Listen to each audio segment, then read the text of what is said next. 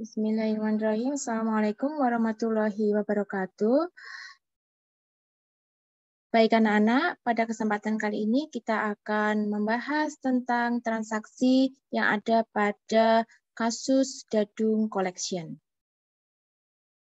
Seperti yang kalian ketahui bahwa pada perusahaan manufaktur, metode pengumpulan biaya produksi ada dua metode, yaitu dengan menggunakan metode harga pokok pesanan, dan yang kedua adalah menggunakan metode harga pokok proses. Nah, pada kasus Dadung Collection yang kalian kerjakan setup awalnya minggu yang lalu, kita menggunakan metode harga pokok pesanan. Nah, pada perusahaan manufaktur, perbedaan atau pembeda transaksinya dengan perusahaan dagang dan juga perusahaan jasa adalah transaksi yang terkait dengan proses produksi, gitu ya.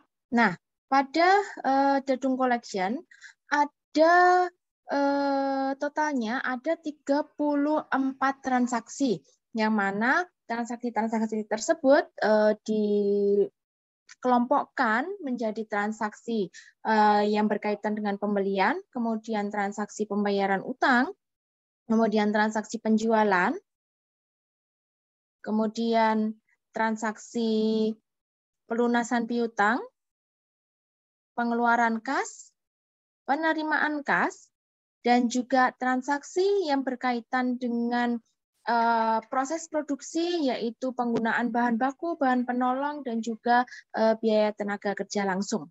Gitu, ya. Nah, untuk transaksi yang berkaitan dengan pembelian, itu ada di transaksi nomor 4, yaitu tanggal 3, dan seterusnya sampai dengan transaksi 7. Ya, ini ada transaksi pembelian kredit, ada transaksi pembelian tunai, baik itu pembelian bahan baku dan juga bahan penolong.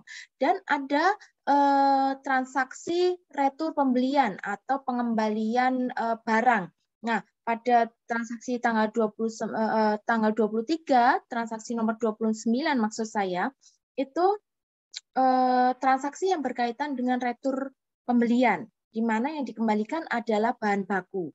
Nah, tentu saja transaksi ini berkaitan dengan transaksi sebelumnya, begitu. Nah, transaksi sebelumnya yang berkaitan dengan pembelian bahan baku itu transaksi tahun berapa? Kalian nanti bisa cek transaksi di atasnya, begitu ya.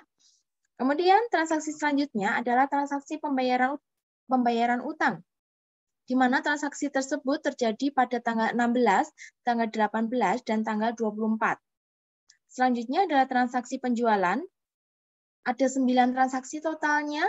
Ada transaksi penjualan tunai, kemudian ada juga transaksi penerimaan order atau pesanan, karena Dadung Collection ini menggunakan metode harga pokok pesanan, maka setiap kali ada penjualan itu diawali dengan adanya order atau pesanan. Gitu. Nah, nanti alurnya atau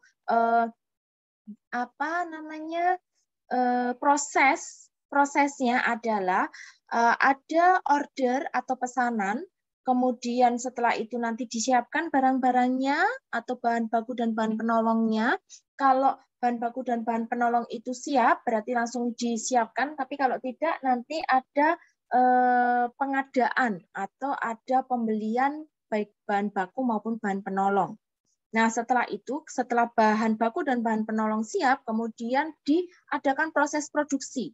Gitu. Nah, proses produksi selesai, kemudian barang jadi tersebut sudah siap untuk dikirimkan ke pelanggan. Nah, terjadi transaksi pengiriman barang pesanan. Gitu. Alurnya adalah seperti itu. Ya. Nah, ini yang berkaitan dengan transaksi penjualan ini, itu ada di transaksi tanggal 2, tanggal 3, tanggal 10, 11, 20, 21, dan sampai dengan tanggal 31 yang jumlahnya adalah 9. Ya. Kemudian Selanjutnya adalah transaksi pelunasan piutang yang terjadi tanggal 11, 23, dan 25. Selanjutnya adalah transaksi pengeluaran kas. Awas, pengeluaran kas berarti ada aliran kas yang keluar. Untuk apa? Untuk pembayaran gaji, pembayaran LAT, atau listrik, air, telepon, kemudian pembayaran PPN kurang bayar, PPh terutang, dan juga pembelian perlengkapan. Ini semuanya adalah mengeluarkan kas dari perusahaan.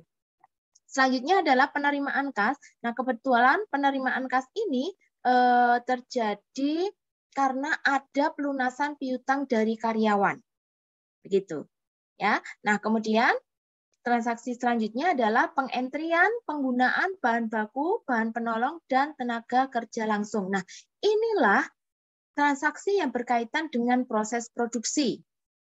Ya, transaksi yang berkaitan dengan proses produksi. Ini terjadi pada tanggal 4, 9, 13, 19, 23, dan 30. Ini ada 3 proses produksi. Begitu. Nah, dimulai dengan apa? Memasukkan bahan baku dan bahan penolong. Seperti yang saya sampaikan tadi, bahwa setelah ada pesanan, itu nanti barang-barangnya atau bahan baku dan bahan penolong yang menunjang proses produksi itu disiapkan dulu. Kemudian dimasukkan ke proses produksi. Nah, itu terjadi tanggal 4, tanggal 13, dan tanggal 23. Ya, kemudian setelah itu tanggal 9, tanggal 19, dan tanggal 30 ini adalah perhitungan BTKL atau biaya tenaga kerja langsung. Gitu. Nah, kalau di Mayop berbeda dengan di manual, karena kalau di Mayop itu kita langsung memasukkan atau mengentrikan transaksi ke dalam sistem. Tapi kalau di manual, ya, di dalam akuntansi perusahaan manufaktur secara manual itu kalian menghitungnya, gitu.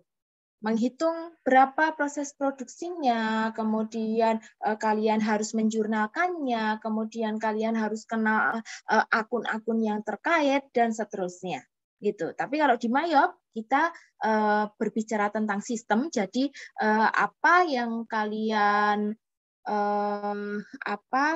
temui di dalam transaksi dianalisis, kemudian dimasukkan atau diinputkan ke dalam sistem. Begitu, ya. Nah, di dalam modul yang sudah saya share di Google Classroom itu sudah sangat runtut, ya.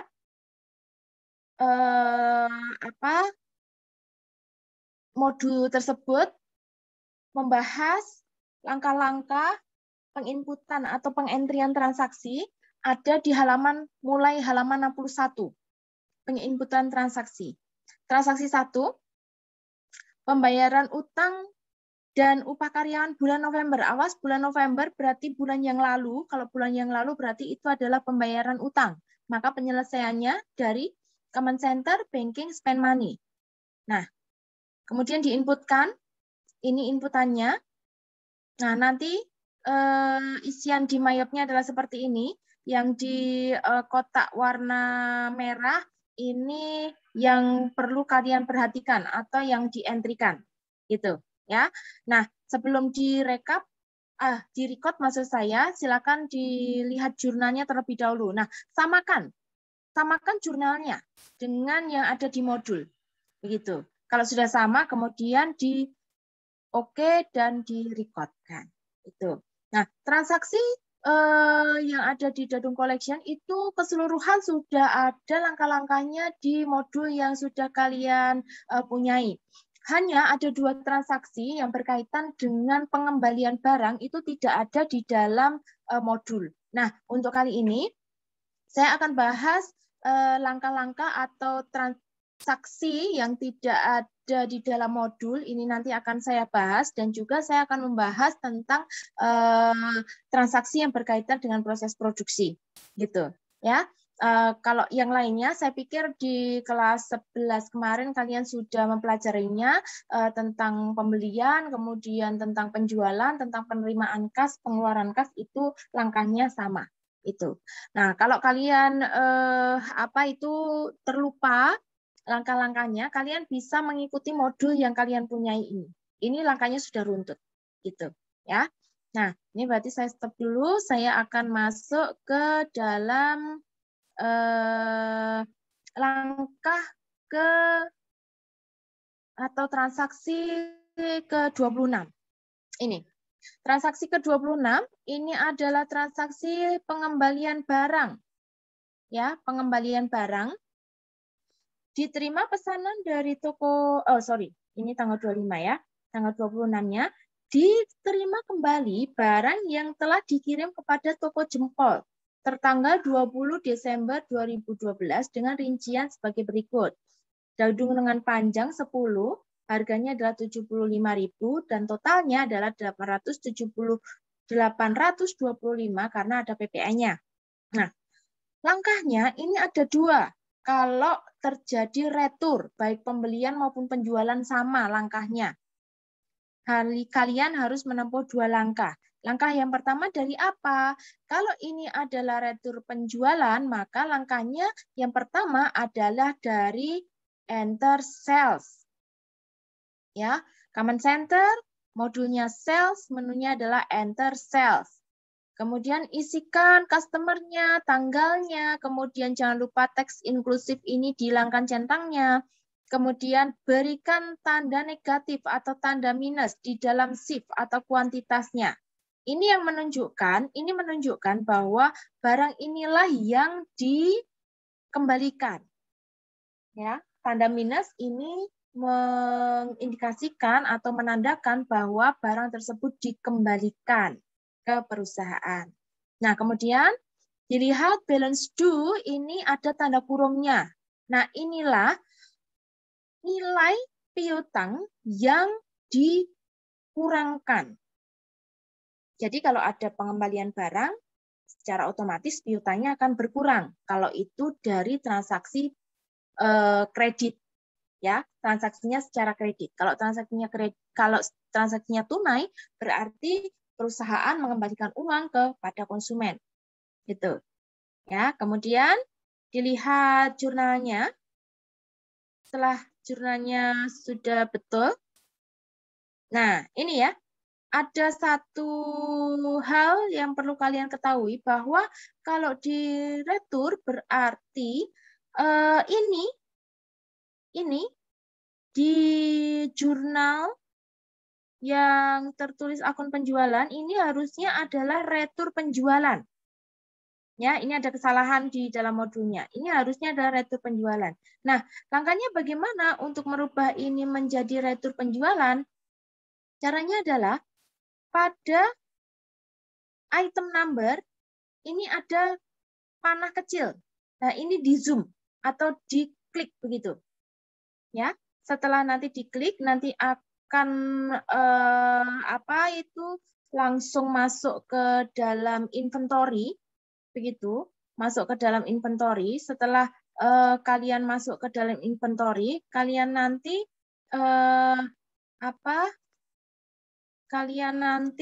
lihat dadung lengan panjang. Lengan panjang di sini nanti pada checklist kedua saya tunjukkan ya, biar kalian tidak bingung. Ini berarti saya stop dulu.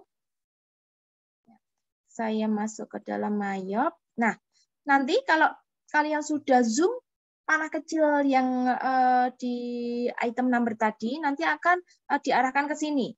Ya, nah ini pada list item yang isiannya adalah penjualan, ini silakan kalian ganti dengan retur penjualan. Ya, nah kalau ini sudah kalian ganti retur penjualan, nanti jurnalnya akan muncul retur penjualan. Itu ya, nanti silakan dicoba. Kemudian ini di OK, setelah di OK nanti akan kembali lagi ke dalam ke dalam sini, ke dalam invoice-nya, kemudian dilihat jurnalnya.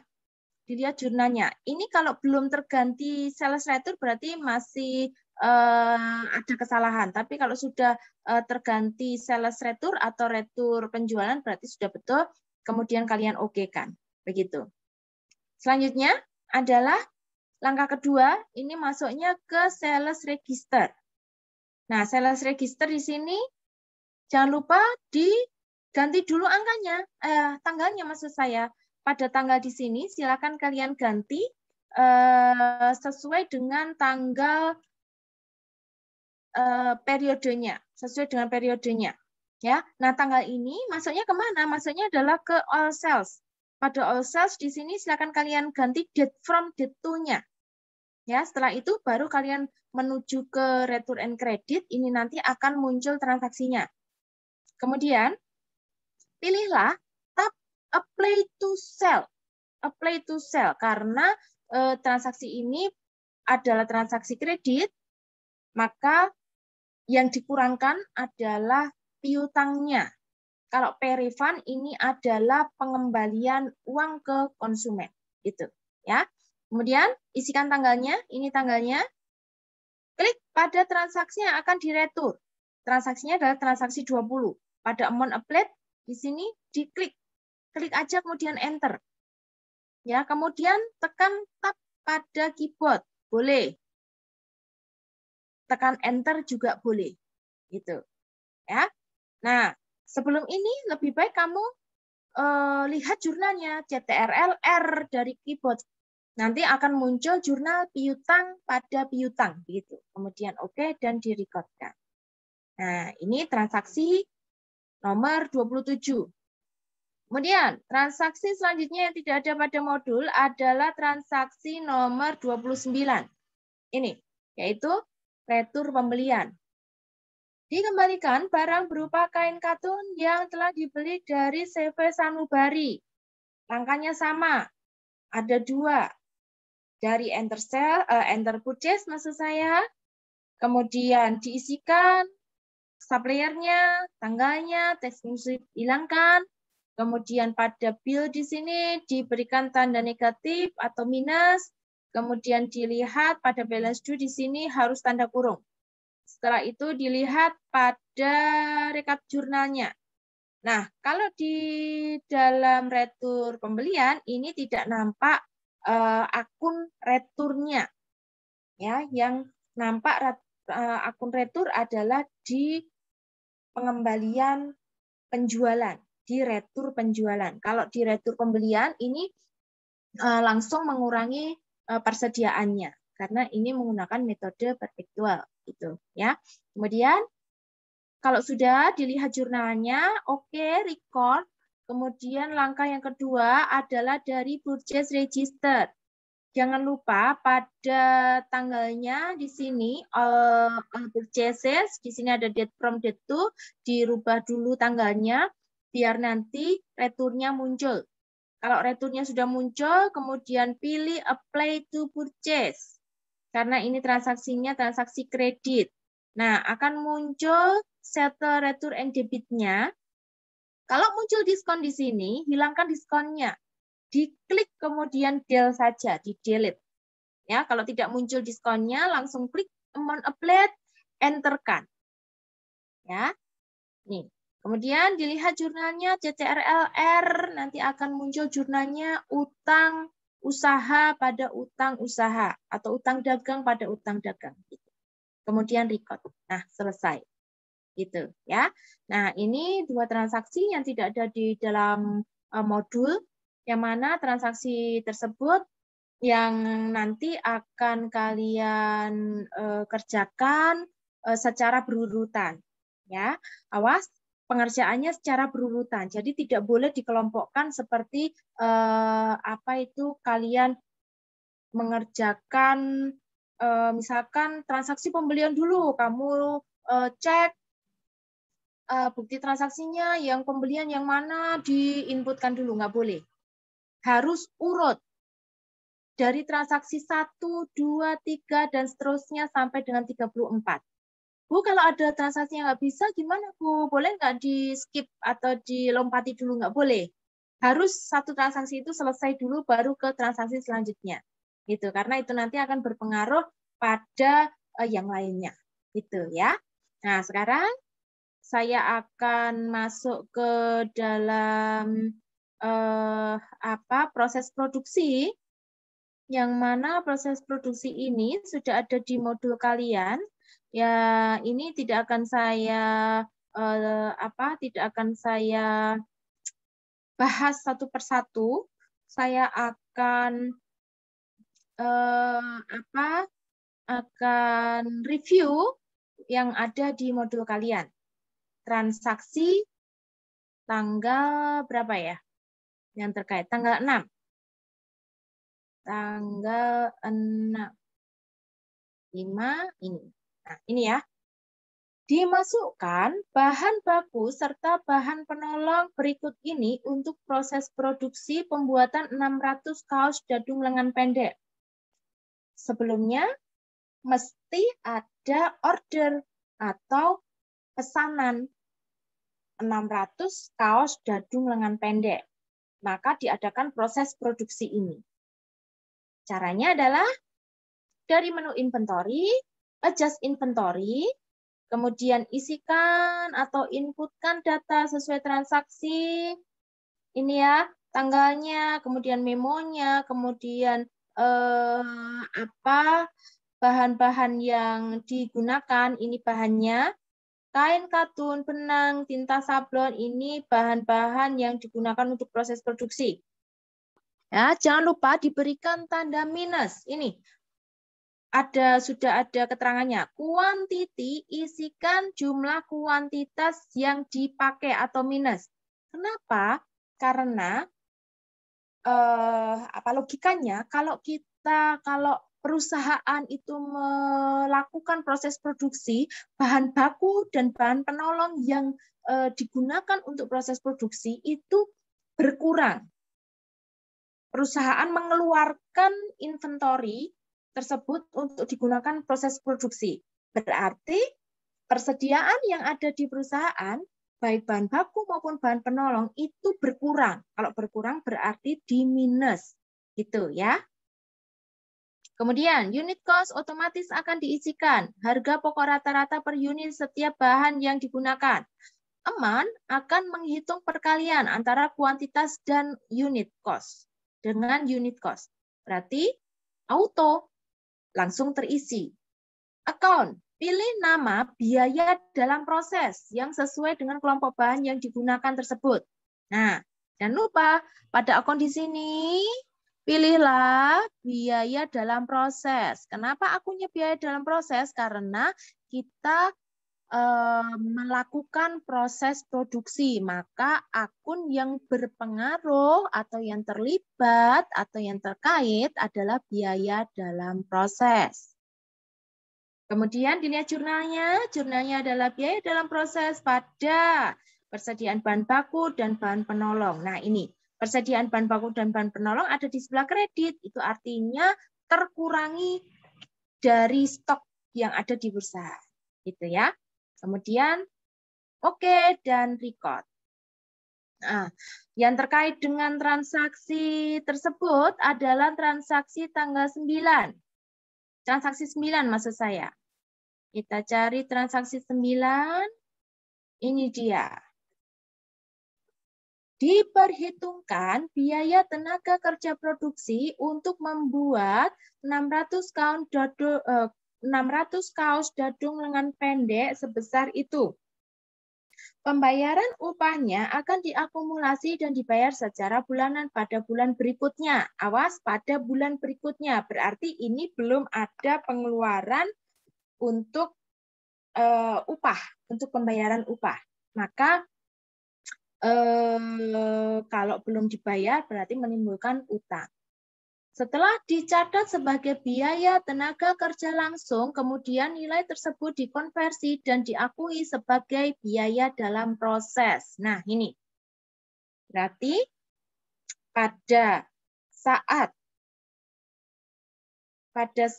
perhitungan biaya tenaga kerja langsung, ada 2 jurnal. Penyelesaiannya adalah dari account record journal entry, kemudian diisikan datanya, ini datanya, nah ini. Jurnalnya ada 2. Jurnal yang pertama adalah untuk mencatat biaya tenaga kerja langsung. Ya, Terus jurnal yang kedua adalah untuk mengakui biaya dalam proses. Begitu. Ya, jurnalnya ada 2. Jurnal yang pertama adalah biaya tenaga kerja langsung pada utang biaya tenaga kerja langsung. Jurnal yang kedua untuk mengakui biaya dalam proses. Di sini kan ada keterangannya nih. Pembayaran upah akan diakumulasi dan dibayar secara bulanan pada bulan berikutnya. Ini menimbulkan utang. Setelah dicatat sebagai biaya tenaga kerja langsung, ini sudah dicatat. Kemudian nilai tersebut dikonversi dan diakui sebagai biaya dalam proses. Berarti jurnal yang kedua adalah untuk mengakui biaya dalam proses. Jurnalnya adalah biaya dalam proses pada biaya tenaga kerja langsung. Ini ya, jurnalnya ada 2. Dilihat CTRLR atau rekap jurnalnya, biaya tenaga kerja langsung pada utang biaya tenaga kerja langsung. Jurnal yang kedua, biaya dalam proses pada biaya tenaga kerja langsung. Kemudian di record. Gitu ya. Nah, ini transaksi 10 masih terkait. Produksi 600 kaos DLP, pesanan dari toko telah selesai. Rinciannya adalah ini. Nah, ini cuman memberitahu, ini loh sudah selesai. Nah, kalau sudah selesai berarti ini dicatat dulu di dalam inventory perusahaan baru dikirim. Itu logikanya ya. Pencatatannya adalah dari inventory, adjust inventory. Diisikan datanya. Nah, di sini DPK ini bertambah 600. Ya. Sudah selesai diproduksi, barangnya sudah jadi, dicatat dulu sebagai inventory, baru dikirimkan ke konsumennya, gitu ya. Ini setelah selesai, dilihat rekap jurnalnya nanti. Nah, ini yang perlu kalian perhatikan adalah pada akunnya. Akun di sini adalah akun yang harus diisi dengan biaya dalam proses. Ya, biaya dalam proses. Kemudian setelah itu dilihat jurnalnya adalah persediaan barang jadi pada biaya dalam proses, gitu ya. Kemudian di record dan selesai. Selesai pengakuan atau pencatatan barang jadi maksud saya. Nah, terakhir untuk memproses pesanan 600 kaos dadung lengan pendek ini adalah yang terakhir adalah pengiriman pesanan. Ini dia. Pengiriman pesanan dari menu sales register, kemudian pilih order. Lah, kalau order di sini ini belum muncul transaksinya, date from date to ini silakan diganti. Diganti dulu. Ya, kalau sudah diganti sesuai dengan periodenya, nanti transaksinya di sini pasti akan muncul. Kemudian langsung pilih change to invoice. Nah, tag inklusif kalau dicentang, hilangkan centangannya, tanggalnya dirubah sesuai dengan pengiriman barang ini, barangnya, sesuai dengan tanggal pengiriman barangnya maksud saya. Nah, dicek lagi shift-nya sudah betul belum? Kemudian totalnya sesuaikan dengan total yang ada di sini. Nah, ini ada totalnya, ya. Totalnya ini itu sudah termasuk dengan PPN. Nah, kemudian dilihat jurnalnya. Ini jurnalnya. Kalau jurnalnya sudah betul, kemudian di-record. Kemudian setelah itu silakan dilanjutkan transaksi-transaksinya sesuai dengan langkah-langkah yang ada di modul. Ya. Begitu anak-anak, kita review dari saya tentang transaksi yang ada pada kasus Dadung Collection. Nah, kalau ada pertanyaan, silakan tuliskan di kolom komen atau langsung bisa japri ke saya. Demikian pembahasan kita kali ini. Kita jumpa lagi di lain kesempatan. Assalamualaikum warahmatullahi wabarakatuh.